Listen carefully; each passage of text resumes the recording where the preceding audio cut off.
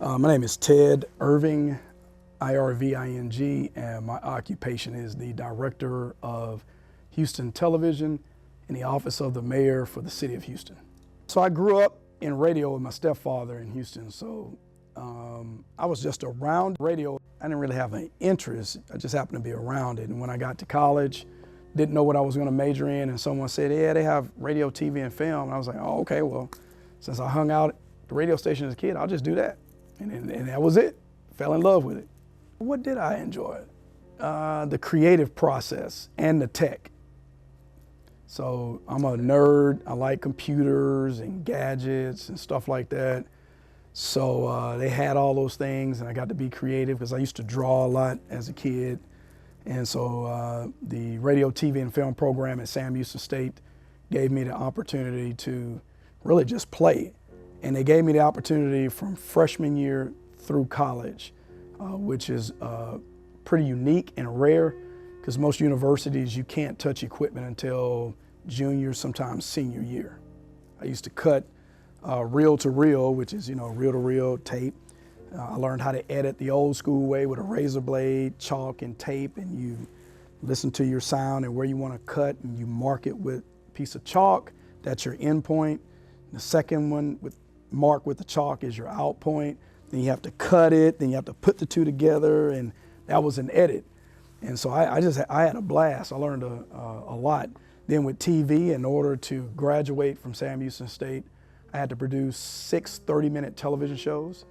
And so I had a series called In Total Effect, which kind of examined the fun, cool stuff that was happening on campus. Freshman students were my crew, and they had to sign in. I had to give them a grade, so it was pretty cool. So definitely a lot of fun. Straight out of college was enterprise car leasing, which is great for young people, especially right out of college. You learn a lot about leadership.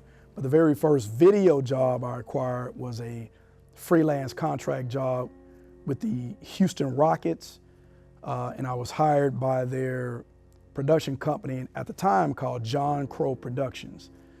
And so I did odd jobs. I was a cable tow, which is somebody that held the cable behind a camera operator during the live games for the Rockets.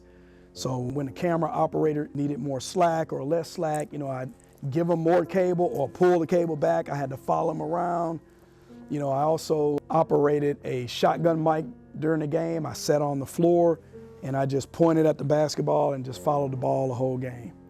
And at that time, those jobs paid, I think the cable tow was maybe $60 a game. And then during the game, I had to either be a cable tow or run the shotgun mic. And through that work, I did other video work, such as operate the camera for World Wrestling Federation. It was WWF at that time. Now it's called WWE. And so I ran camera for them. Some of them you don't have to set up. Some of them you don't have to do any breakdown. You just show up, put the headsets on, and run the camera.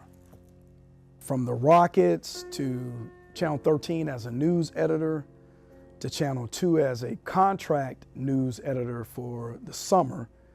And then I was a sports photographer with Fox 26. They're all fun. 13 was more of the hard knocks. It was the old school. That's where I was thrown in the fire. I had to really learn a lot very fast. People were mean, but I loved it all. I grew from there. Channel 13 prepared me for the rest of life, no matter where I worked. Shooting sports for Fox, I interviewed Shaq, Kobe Bryant, Charles Barkley. Ted, this is Charles. I'm just glad to see black people. I want to see them in front of the camera, though. Just like in the NBA, I want to see some black people on coaching and GMs. Hakeem Olajuwon, the Astros, Bagwell, Biggio, and Bell. They called them the Killer Bees back then. Man, it's a long list. Previously, I was the director of the Jack Yates School of Communications and Maritime Logistics program for HISD at the Jack Yates High School, historic school in Houston, second oldest African-American school, which happened to be the school of my stepfather and all his family, my mother, my aunt. I did not go to school there, but it was an honor just to be able to teach at the school that all of my family attended. And actually, Jack Yates was my first high school that I taught at as a first-year teacher, teaching in the media program. It's the same rule that we've all grew up with in the black community, meaning you had to be 10 times better than your competition.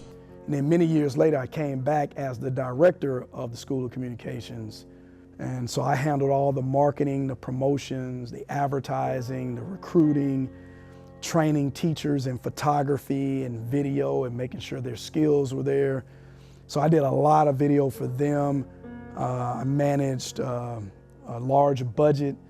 And so through working at Jack Yates as an administrator and magnet coordinator, I also partnered with HTV and provided interns, which I actually did years before at another school here at HTV.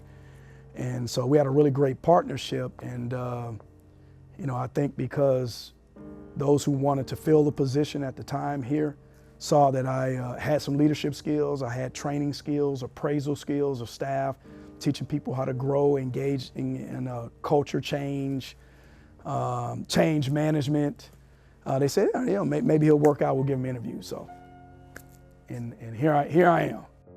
I self-produced, self-financed, one-man band documentary. Oh, those are hard. You really don't want to do that. You want to get funding. The first was a documentary called Burning Sands about hazing in fraternities. The second one was called Gus and Rose, which is a documentary about my family in New Orleans after Hurricane Katrina. And then the third was Soul Alley, which is about Vietnam War soldiers and the neighborhoods they created in Saigon during the war. Many of them were AWOL, lived in Saigon during the war, married Vietnamese women, and sort of created their own communities and neighborhoods.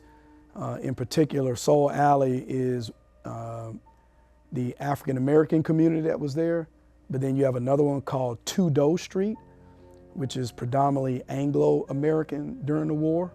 It's really interesting because we do this as a country in military conflicts all over the globe. And so these communities of expats or those who've gone AWOL existed in Korea during the Korean War, existed in Germany during World War II, in the Philippines. So we've done that consistently. Well, for me and my work, the future is to continue to work at Houston Television, making a difference, for the public, for constituents, while at the same time producing my own documentaries.